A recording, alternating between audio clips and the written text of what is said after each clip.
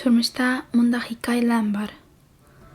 Boshqa bir yurtda xizmat qilayotgan og'aynam dam olish fursatida G'o'lja qaytib keldi. Ko'rishmagil uzun bo'lg'achqamkin, paranglarimiz hech tugaydigandek emas. Xuddi hosillarga engak yo'lab tugamas paranglarni qo'ziqida chaynab tugitadigan buvaylardek.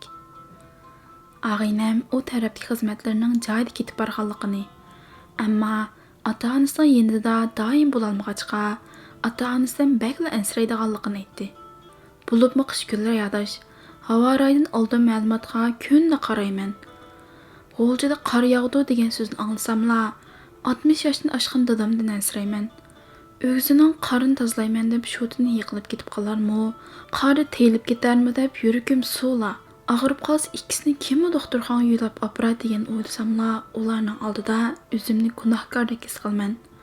Og'aynam gapining oyig'ini davomlashtirmadi. Uning ko'zlaridan etilib chiqishga tayyor turgan yoshlari uni so'zlashga yo'l qo'ymadi.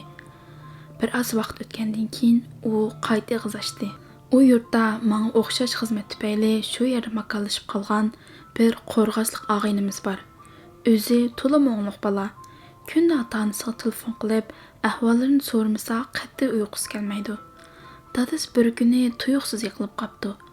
Doktorxonaga olib tekshirsa, qanda normalsizlik borligini, yilik almashtirib operatsiya qilish kerakligini, lekin dadasining yoshi cho'ngib ketganligi tufayli operatsiya qilgan taqdirdami uzun umr ko'ramaydiganligini aytibdi. Og'aynam yanchiqdan tamakisini chiqarib tutashtirib sho'rdida hikoyani davomlashtirdi. Kechalab aeroplanda qaytib kelgan og'aynam doktorning gapini anglab, o'zining yilikini berishga tayyor ekanligini, mumkin bo'lsa adil operatsiyaga o'rlashtirishni aytibdi. Doktormi yoshga cho'ng, mehribon kishi ekan. Og'aynamning qo'lini yumshoq siqib turib, "Balam, hozir hissiyotdan tushunaman.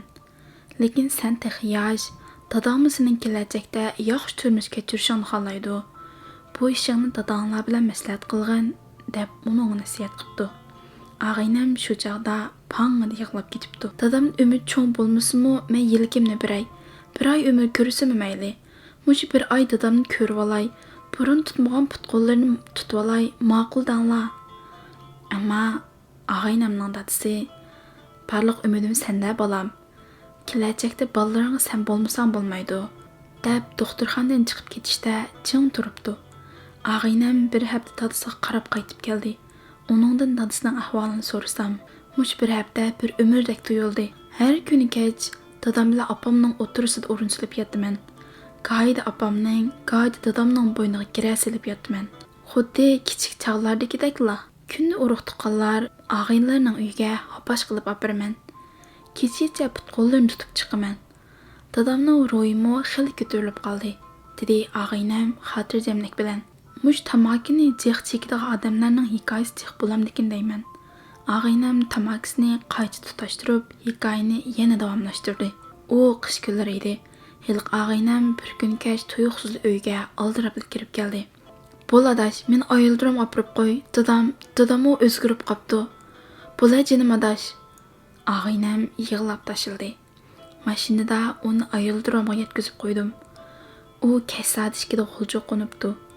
Uyning bo'sag'isidan dada deb oyoq bosishiga, dadasi beshini bilar-bilinmas ko'tarib, ojiz unda, "Keldingmi bolam?" debla jon uzibdi. Keyin dadasining o'lim ishlarini tugatib, og'aynam qaytib keldi. Shuningdan buyon u echilib kulmaydigan bo'ldi. Ba'zida kayfi tutsa, "Dadam meni bolam deb ko'zim qarab baqqan, mo'risid ko'tarib o'ynatgan emasmidi? Dadam menga muhtoj kunlarda uning yonida bo'lolmadim-ku", deb ho'ngrab yig'laydigan bo'lib qoldi. Men har qatim uyga qaytganimda, opam dadamning ko'zlariga to'ymay qarab ketaman. Opam unmasam unmay put-qo'llarini tutaman. Dadamni elib urug' tuqqanlarni yo'qlab kelaman. Uydan ayrilgan chig'imda opam bilan dadamni bu xuddi eng oxirgi ko'rishishimizdek chin quchoqlab yig'lab ketaman. Ular mening yenimda bo'lolmaganligidan xafa emas. Qayerda bo'lsang, tining salomatli bo'lsa, jiningni jon atsang biz shuning kifoya bolam, deb menga tasalli berishga tayyor. Og'aynamning tamakisini tugab, qayta tutashtirmadi. Uning hikoyasi tamom bo'ldi. Bu hikoya bir qarasang qaysi bir kinolarning voqealiklariga o'xshab ketadi.